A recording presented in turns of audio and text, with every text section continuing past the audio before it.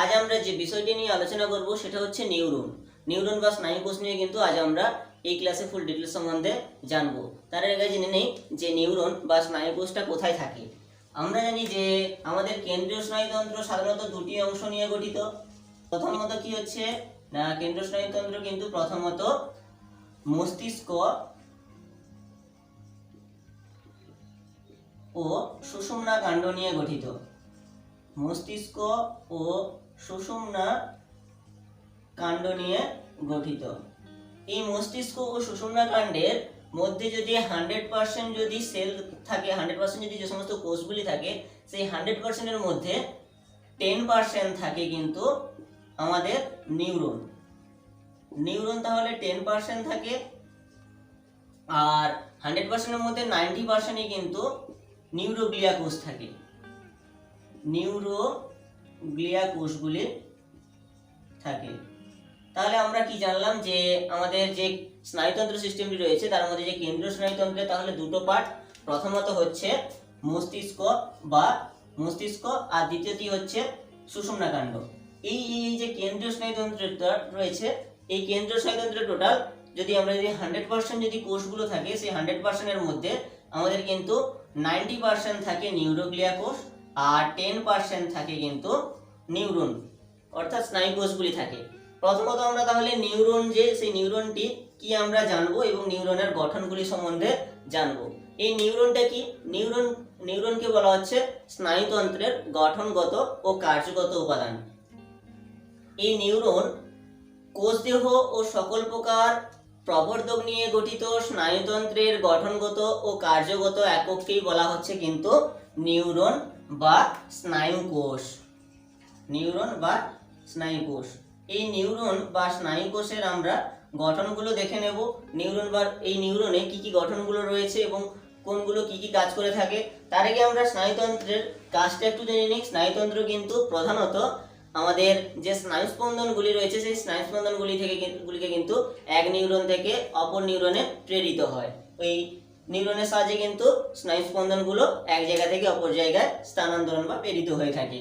তাহলে এরপর আমরা নিউরনের গঠনগুলি একটু দেখে নেব। চলো ভিডিওটা শুরু করা যাক। এখানে যে নিউরনের গঠনগুলি কি রয়েছে, এই নিউরনের কিন্তু সাধারণত দুটো উপাদান থাকে। দেখো এই নিউরনে দুটো উপাদান থাকে সাধারণত, একটা হচ্ছে কোষদেহ আর হচ্ছে প্রবর্ধকগুলি রয়েছে। প্রবর্ধকগুলি এই কোষদেহতে কি কি থাকে একটু দেখে নাও। তাহলে কোষদেহতে প্রধানত কোষ পর্দা থাকবে।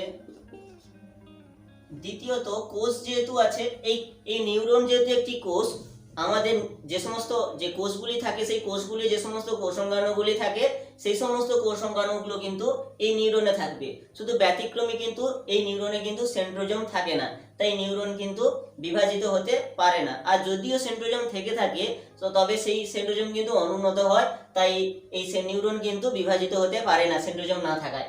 আর কিন্তু প্রায় সকল প্রকার উপাদানই কিন্তু বা কোষাঙ্গাণুগুলো কিন্তু এই কোষদেহতে থাকে। তারপরে নিউক্লিয়াস থাকে কোষদেহতে।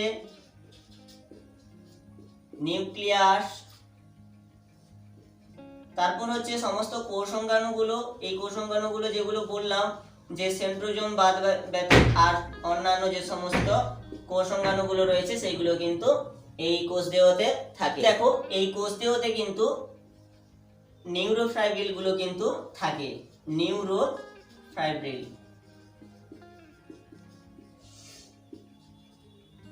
আর নিজল দানাও থাকে। নিজল দানা ভেরি ভেরি ইম্পর্টেন্ট, নিজল দানা। আর কোষাঙ্গাণুর মধ্যে তাহলে মাইটোকন্ড্রিয়া থাকবে, গলগি বস্তু থাকবে, এই রাইবোজোম এগুলো কিন্তু থাকে। আর দেখো যেহেতু কোষের মধ্যে সাইটোপ্লাজম অবশ্যই থাকবে। সাইটোপ্লাজম এগুলো আমরা ছবির মাধ্যমে আসছি যে এই সমস্ত কোষের যে গঠনগুলো কোথায় কি থাকে। তার আগে আমরা প্রবর্ধকগুলি দেখে নিই। এই প্রবর্ধকগুলি কিন্তু দুই ধরনের হয়ে থাকে। একটা হচ্ছে ক্ষুদ্র প্রবর্ধক আর একটি হচ্ছে দীর্ঘ প্রবর্ধক। দেখো ক্ষুদ্র প্রবর্ধক হচ্ছে ডেনড্রন, ক্ষুদ্র প্রবর্ধক কি না ডেনড্রন, এগুলো আসছি ছবির মাধ্যমে ডেনড্রন। আর দীর্ঘ প্রবর্ধক হচ্ছে অ্যাকশন। অ্যাকশন। তাহলে এরপর আমরা ছবির মাধ্যমে দেখে নিই এই সমস্ত গঠন উপাদানগুলো কোথায় কিরূপ ভাবে থাকে এবং কোনগুলো কিরূপ কাজ করে থাকে। চলো তাহলে একটু গঠনটা দেখে নিই। নিউরনের কিন্তু প্রধান দুটো অংশ বলেছিলাম, একটা হচ্ছে কোষ দেহ। তাহলে দেখো এই অংশটাকে আমরা কোষ দেহ বলছি। এই কোষ দেহটা আকার কিন্তু বিভিন্ন ধরনের হয়ে থাকে, তারকাকার আকৃতি হয়ে থাকে, কখনো বা গোলাকার হয়, কখনো বা ডিম্বাকার হয়, বিভিন্ন আকারের কিন্তু হয়ে থাকে এই কোষ দেহটা। তাহলে কোষ দেহতে আমরা কয়েকটি অংশ দেখেছিলাম, যার মধ্যে নিউক্লিয়াস বিদ্যমান এবং সাইটোপ্লাজম গুলো বিদ্যমান। এই সাইটোপ্লাজম কোষের মধ্যে যা যা কোষাঙ্গাণুগুলো ছিল সেইগুলোও থাকে, যেমন মাইটোকন্ড্রিয়া, গোলগি বস্তু, যে রাইবোপ্রোটিন, রাইবোনিউক্লিওপ্রোটিন দ্বারা গঠিত নিজল দানাগুলিও থাকে। তাহলে এই অংশটাকে কি বলা হচ্ছে? কোষ দেহ। এই অংশটাকে আমরা কি বলছি? কোষ দেহ। এই কোষ দেহকে আবার নিউরোসাইটোনও বলা হয়, নিউরোসাইটোনও বলা হয়ে থাকে। আর এই মধ্যখানের এই অংশটাকে বলা হচ্ছে নিউক্লিয়াস। নিউক্লিয়াস। আর এই সমস্ত দানাগুলোকে বলা হচ্ছে নিজল দানা, যেগুলো কিনা রাইবোনিউক্লিওপ্রোটিন দ্বারা গঠিত নিজল দানা। এবং মাইটোকন্ড্রিয়া থাকছে, মাইটোকন্ড্রিয়া,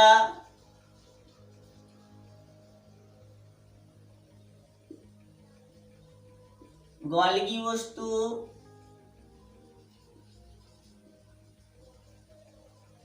এছাড়াও কোষ দেহের পুরো সর্বত্রই পুরো অ্যাকশন পর্যন্ত বিস্তৃত কিন্তু নিউরোফাইব্রিল গুলো বিন্যস্ত থাকে। নিউরোফাইব্রিল কিন্তু ডেনড্রন পর্যন্ত, ডেনড্রন থেকে অ্যাকশন পর্যন্ত পুরোটাই কিন্তু নিউরোফাইব্রিল গুলি বিন্যস্ত থাকে।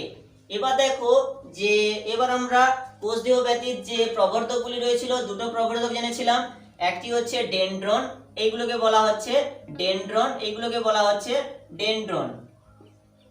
আর এটা হচ্ছে ডেনড্রন, হচ্ছে ক্ষুদ্র প্রবর্ধক। আর যে দীর্ঘ প্রবর্ধক ছিল সেই দীর্ঘ প্রবর্ধক দেখো এটাকে বলা হচ্ছে অ্যাকশন, এটাকে বলা হচ্ছে অ্যাকশন। এবার আমরা অ্যাকশনের গঠনগুলো একটু দেখে নিই। গঠন দেখো, অ্যাকশন যেখান থেকে সৃষ্টি হয়েছে সেই অ্যাকশনের সৃষ্টি অঞ্চলটাকে বলা হচ্ছে অ্যাকশন হিলক।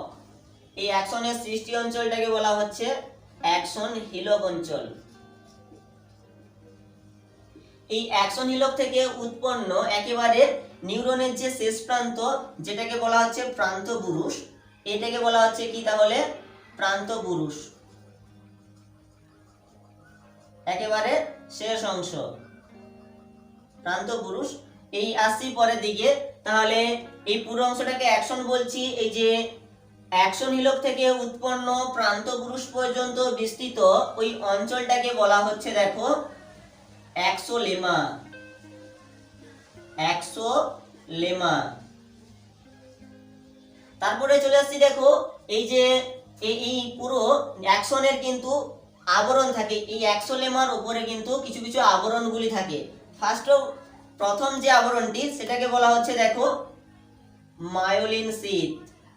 মায়োলিন শীথগুলো কিন্তু এইভাবে আবরণ হিসেবে থাকে।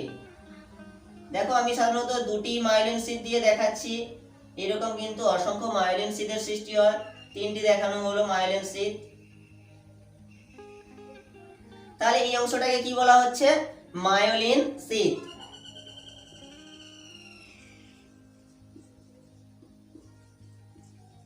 মায়োলিন শীথ।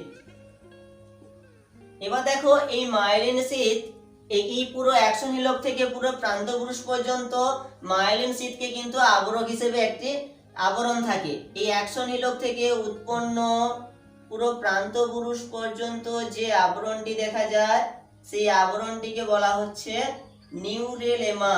সেই আবরণটিকে কি বলা হচ্ছে?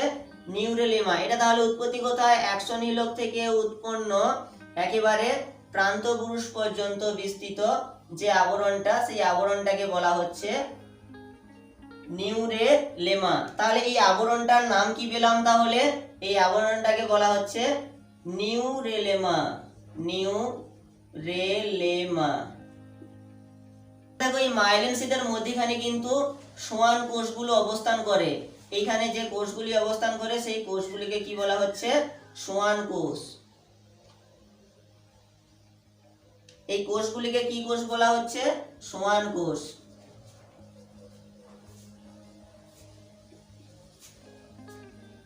তো দেখো দুটি মায়োলিন শীটের মধ্যখানে নিউরোলেমা অংশটি যে জায়গায় সংকুচিত হয়েছে, এই নিউরোলেমা অংশটি এই দুটো মায়োলিন শীটের মধ্যখানে কিন্তু সংকুচিত হয়েছে। এই সংকুচিত অংশটাকে বলা হচ্ছে র্যানভিয়ারের পর্ব। র্যানভিয়ারের পর্ব। আর একেবারে শেষ প্রান্তকে বলা হচ্ছে প্রান্ত বুরুষ। এই প্রান্ত বুরুষটা কিন্তু কোনো কিছু পেশির সঙ্গে যুক্ত থাকে, কোনো কিছু পেশির সঙ্গে যুক্ত থাকে। তাহলে এখানে আমরা কয়েকটা অংশ পেলাম, যাকে দেখো যে ক্ষুদ্র প্রবর্ধক যেগুলো ছিল ডেনড্রন, এই ডেনড্রন থেকে আবার এই ডেনড্রন একটা ক্ষুদ্র শাখা প্রশাখা ছিল, তার থেকে অতি ক্ষুদ্র শাখা প্রশাখাকে বলা হচ্ছে ডেনড্রাইট। এই তাহলে অতি ক্ষুদ্র শাখা প্রশাখাকে কি বলা হচ্ছে? ডেনড্রাইট। ডেনড্রাইট। এবার দেখো কি কাজ করে থাকবে? কোনো কিছু অন্য কোনো কোষ দেহ থেকে কিন্তু স্নায়ুস্পন্দনটা কোষ দেহতে গ্রহণ করবে। আবার এই সমস্ত কোষ দেহগুলো কি করবে? স্নায়ুস্পন্দনটা গ্রহণ করার পর অ্যাকশনের মধ্য দিয়ে ওই স্নায়ুস্পন্দনটা প্রেরিত করবে কোনো কিছু পেশিতে হোক বা অন্য কোনো কিছু কোষ দেহতে। এবার দেখো এই যে কোষ দেহর যে কি করছে না, স্নায়ুস্পন্দনকে এক জায়গা থেকে অন্য জায়গায় স্থানান্তরিত করছে। এই নিউরনের কাজটা কি জানতে পারলাম? স্নায়ুস্পন্দনগুলোকে এক নিউরন থেকে অপর নিউরনে পরিবহন করে থাকবে। এটাই হচ্ছে পুরো নিউরনের প্রধান কাজ। পরে আমরা দেখে নেব নিউরোগ্লিয়াটা কি। আমরা জেনেছি যে মোট যে কেন্দ্রীয় স্নায়ুতন্ত্রের টোটাল কোষ সমষ্টির মধ্যে 90%ই কিন্তু আমাদের এই নিউরোগ্লিয়া অবস্থান করে থাকে। এই নিউরোগ্লিয়া কিন্তু নিউরনের মতো কিন্তু কোনো স্নায়ুস্পন্দন পরিবহন করতে পারে না। এই নিউরোগ্লিয়াও কিন্তু ধারক কোষ হিসেবে কাজ করে থাকে। এই নিউরোগ্লিয়াগুলো ধারক কোষ হিসেবে কাজ করে থাকে। এবার দেখো এই যে নিউরোগ্লিয়া রয়েছে, এই নিউরোগ্লিয়া কিন্তু তিন ধরনের হয়ে থাকে। সেগুলো কি কি? একটা হচ্ছে অ্যাস্ট্রোসাইট।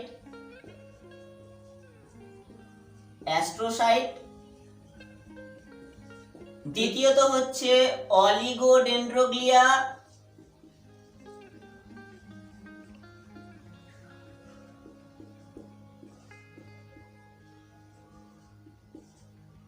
তৃতীয়ত হচ্ছে মাইক্রোগ্লিয়া।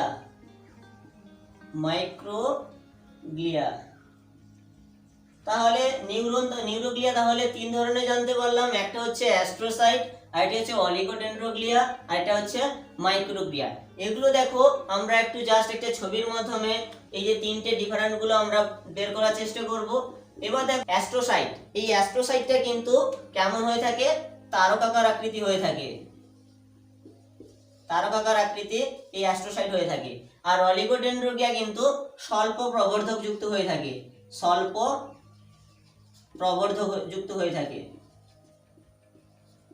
আর মাইক্রোগ্লিয়া কিন্তু একেবারে ক্ষুদ্র প্রবর্ধক যুক্ত হয়ে থাকে।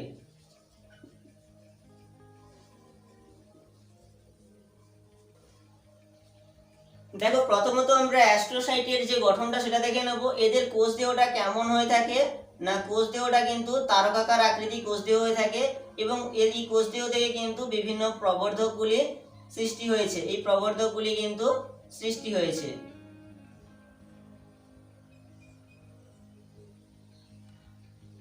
এবার দেখো যে তারপরে আমরা দেখে নেব ডেন্ড্রোডিয়ার ক্ষেত্রে। দেখো অলিগোডেন্ড্রোগ্লিয়ার ক্ষেত্রে দেখো যে কোষ দেহ থাকবে এবং এই কোষ দেহ থেকে কিন্তু যে শাখা প্রশাখাগুলো সৃষ্টি হবে অর্থাৎ প্রবর্ধকের সৃষ্টি হবে, সেই প্রবর্ধকগুলো কিন্তু স্বল্প প্রবর্ধক। প্রবর্ধকের সংখ্যা কিন্তু খুবই কম।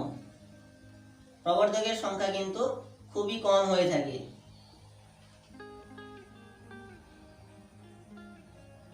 আর মাইক্রোগ্লিয়ার ক্ষেত্রে কিন্তু যে সমস্ত প্রবর্ধকগুলি থাকবে সেই প্রবর্ধকগুলো কিন্তু সংখ্যায় অসংখ্য এবং ছোট আকৃতির হয়ে থাকবে।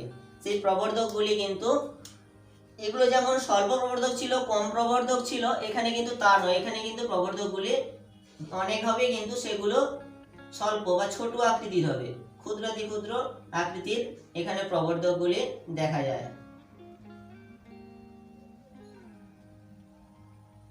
এইভাবে কিন্তু ছোট ছোট প্রবর্ধকের সৃষ্টি হয়েছে। এই ধরনের আমরা নিউরোগ্লিয়াকে বলবো মাইক্রোনিউরোগ্লিয়া। আর ভিডিওটি শেষ অবধি দেখার জন্য অসংখ্য ধন্যবাদ। চ্যানেলে যদি নতুন হয়ে থাকো তাহলে চ্যানেলটি সাবস্ক্রাইব করে পাশে থাকো এবং পাশে থাকা নোটিফিকেশন বেল আইকনটিও অন করে রাখো, যাতে পরবর্তী ভিডিওর নোটিফিকেশন সবার আগে পেয়ে যাও। Thanks for watching.